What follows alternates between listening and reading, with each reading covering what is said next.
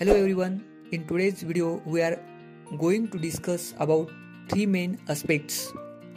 In that, first one is Darwin's theory of natural selection, second one is the landmarkism, and third one is the speciation. First, Darwin's theory of natural selection. Charles Darwin had collected innumerable specimens of plants and animals, and depending upon the observations of those specimens, he published the theory of natural selection, which preaches the survival of fittest. For this purpose, Darwin had published a book titled Origin of Species. Charles डार्विनने विविध प्रदेशातील वनस्पती व प्राण्यांचे असंख्य नमुने गोळा केले व त्यांच्या निरीक्षणावरून डार्विनने पुढे सक्षम ते जगतील असे सांगणारा नैसर्गिक निवडीचा सिद्धांत प्रसिद्धीस दिला. डार्विन याने त्यासाठी ओरिजिन ऑफ स्पेसीज हे पुस्तकही प्रसिद्ध केले. While explaining the concept, Darwin says that all the organisms reproduce prolifically. All these organisms compete with each other in a life-threatening manner. In this competition, only those organisms sustain which show the modifications essential for winning the competition. However, besides this, natural selection also plays important role because nature selects only those organisms which are fit to live and the rest perish. Sustaining and selected organisms can perform reproduction and thereby give rise to new species with their own specific characters. Darwin's theory of natural selection was widely accepted for long duration. या ठिकाणी origin of species या पुस्तकामध्ये डार्विनने हा सिद्धांत मांडला. त्याचे स्पष्टीकरण देताना डार्विन म्हणतात, सर्व जीव प्रचंड संख्येने पुनरुत्पादन करतात. हे सर्व जीव एकमेकांशी स्पर्धा करतात, जी अक्षरशः जीवघेणी असते. या स्पर्धेत जो जीव जिंकण्यासाठी आवश्यक गुणधर्म दाखवतो तोच तगून राहतो. पण या व्यतिरिक्त नैसर्गिक निवडही महत्वाची ठरते, कारण निसर्गात सुयोग्य जीव जगतात, बाकीचे मरतात.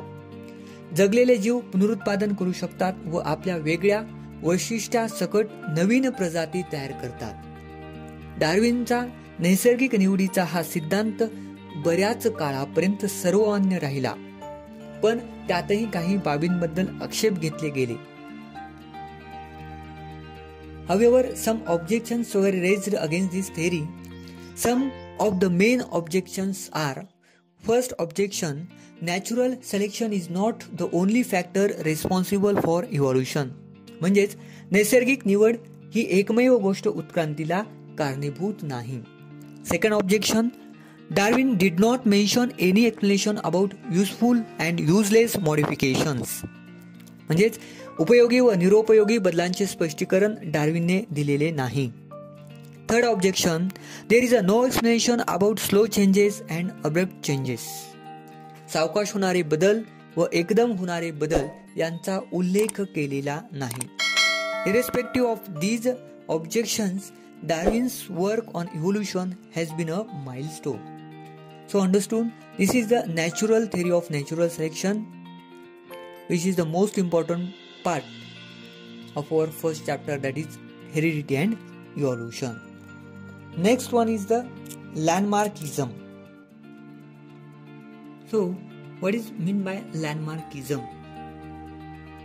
Jean-Baptiste Lamarck proposed that morphological changes occurring in living organisms are responsible for evolution, and the reason behind those morphological changes is activities or laziness of that organism.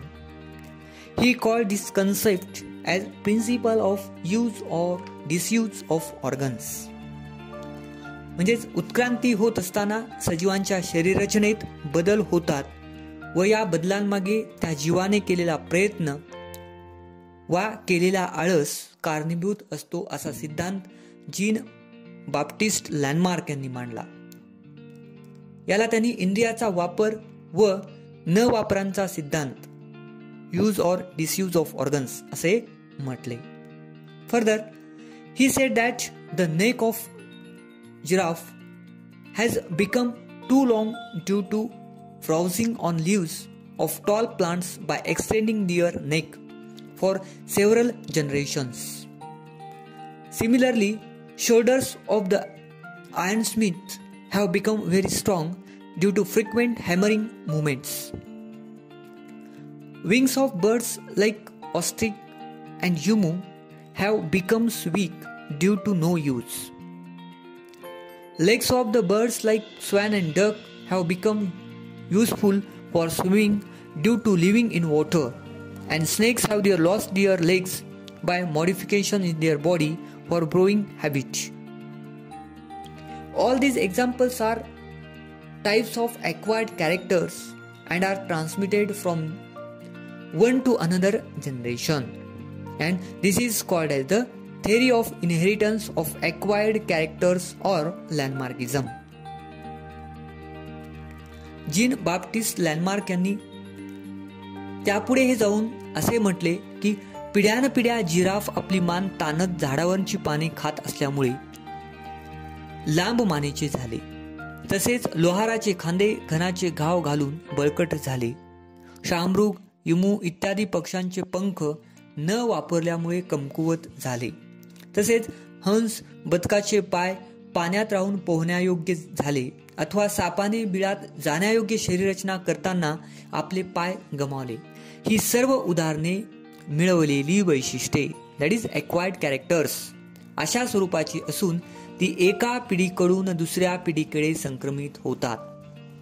हाच तो मिळवलेल्या बदलांचा संक्रमणाचा सिद्धांत किंवा लँडमार्कवाद होय. Understood? This is the landmarkism. So next part, speciation, जाती उद्भव. Formation of new species of plants and animals is the effect of evolution. प्राणी व वनस्पती यांच्यातील विविध जातींचा उद्भव हा उत्क्रांतीचाच परिणाम आहे. Species is the group of organisms that can produce fertile individuals through natural reproduction. Each species grow in a specific geographical condition. नैसर्गिक फलनाद्वारे फलनक्षम संतती निर्माण करू शकणाऱ्या सजीवांच्या गटास जाती म्हणजेच स्पेसीज असे म्हणतात. प्रत्येक जाती विशिष्ट भौगोलिक स्थितीत वाढते. Each species grows in a specific geographical conditions. Their food habit, reproductive ability and prey is different. However, genetic variation is responsible for formation of new species from earlier one. Besides, geographical and reproductive changes are also responsible. Similarly, geographical or reproductive isolation also leads to speciation. म्हणजेच त्यावेळेस प्रत्येक जाती विशिष्ट भौगोलिक स्थितीत वाढते. त्यामध्ये त्यांचा आहार, विहार, फलनक्षमता, समागम काळ इत्यादी भिन्न असते. त्यामुळेच जातीची वैशिष्ट्ये टिकून राहतात. पण या एका जातीपासून दुसरी नवीन जात निर्माण होण्यास जनुकीय बदल कारणीभूत असतो. तसेच भौगोलिक वा पुनरुत्पादीय बदल कारणीभूत असतो.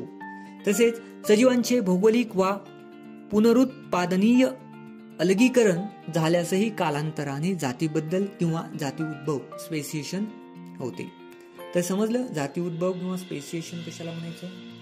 So in today's video we discussed 3 points that are, first one is the Darwin's theory of natural selection, second one is the landmarkism and third one is the speciation.